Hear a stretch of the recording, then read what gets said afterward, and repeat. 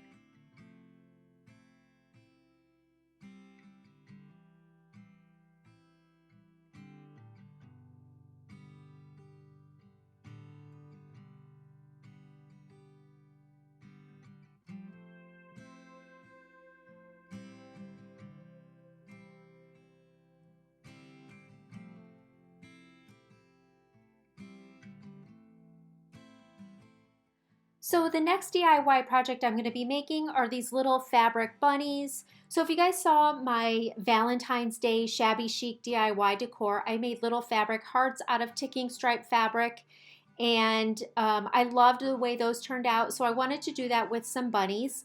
So I just found a free printable online. You can use whatever shape bunny you want. They have some that are like sitting up a little more, some that are sitting down like this. So just find whatever shape online that you like, print it off, cut it out with scissors, and then just use that as your guide so you can trace it on your fabric. So I'm using 2 layers of fabric because I'm going to sew these closed and stuff them. So I needed 2 layers. So once I go ahead and sew around most of the bunny, I'm going to leave a space at the bottom to stuff it, and then I will finish sewing it closed. So then after it's all stuffed and sewn shut, I will take the green handled pinking shears there and just cut, leaving about, I don't know, 1/8 to 1/4 of an inch around a fabric around using the pinking shears, which gives it kind of a decorative edge. And I love the way that that looks. Super kind of also shabby chic, rustic looking. So and then I make 4 different bunnies like this. I think I show you how I do a couple of them, but then I do embellish their necks just all with something a little different. So one, I just use some twine and tie it around there. That's probably my favorite just because it's the most simple. Another one, I take some raffia, tie it around his neck. That one's really cute also. And then another one, I make like a bead garland to put around his neck. And then another one, I again use some raffia, and then I hot glue a little paper flower. So I love the way that these turned out. I think that they can be used in a dough bowl or in a tiered tray or on a shelf or really just wherever you want to put a little touch. And these can definitely go out now and stay right out through the summertime.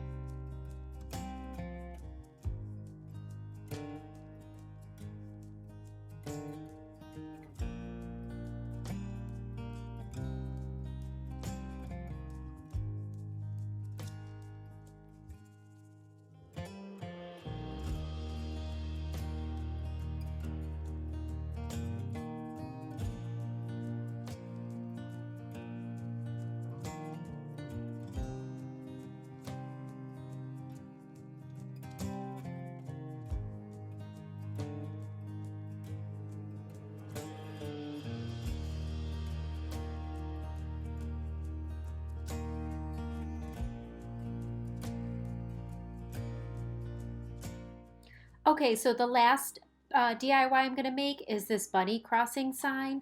So I found these cutout wood bunnies. I think they were a 3-pack on Amazon. They were like probably $7 or $8 for the 3-pack. You can go to Hobby Lobby and they have little unfinished bunny cutouts and they're only a couple dollars. I had a couple other projects, so I got the 3-pack, which I will link in my Amazon store in case you are interested, but you can go to Hobby Lobby and just get individual unfinished cutout bunnies. So this one is about 12 inches high. So I am just taking my Waverly chalk paint in white and giving that a coat.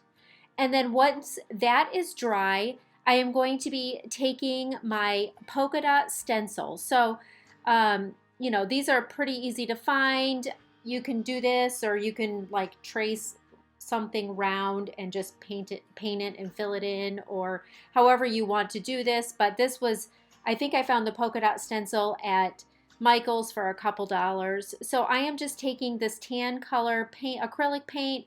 I will put the color here on the screen. I don't have it in front of me. And I am just putting some polka dots all over the bunny.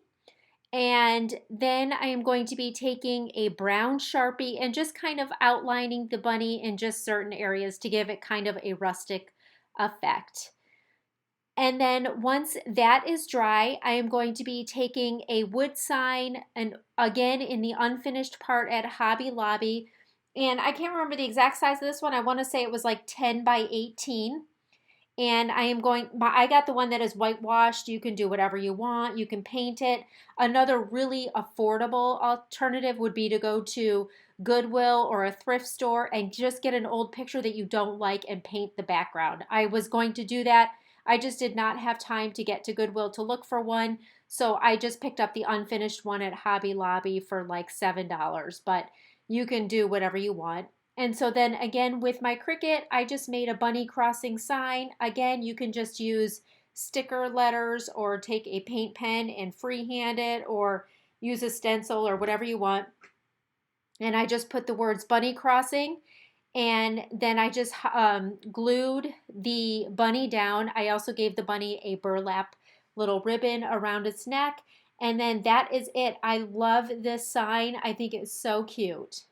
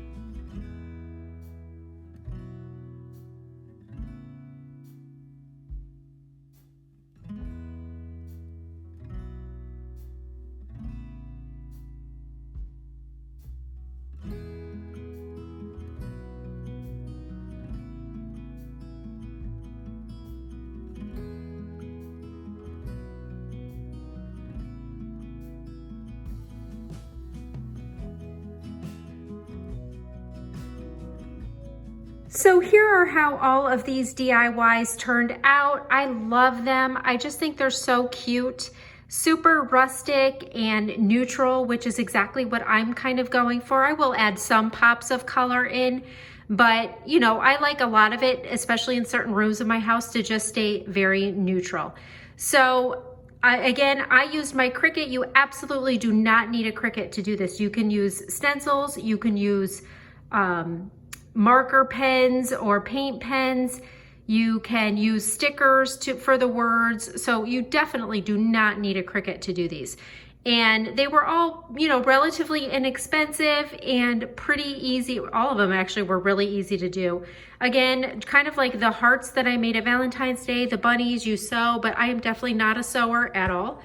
So if you guys, if I can do this, you guys definitely can do it. And I just like that you can personalize around their necks however you want. I love this little guy. I love his little paper flower around his neck, but then I like the simplicity of this one. And then just making his little bead garland for around his neck. And you know, so just keeping them super simple, or you can really just add some color and different fabric and make them really pretty however you want. Same thing with this bunny. You can add any kind of colors in that you love. So thank you guys so much for watching. I hope this gives you a little bit of spring and Easter DIY inspiration. Follow me on Instagram at decoratingwithdana. And if you are new, I hope you will consider subscribing. Thank you so much for watching, and I will see you guys in my next video. Have a great day.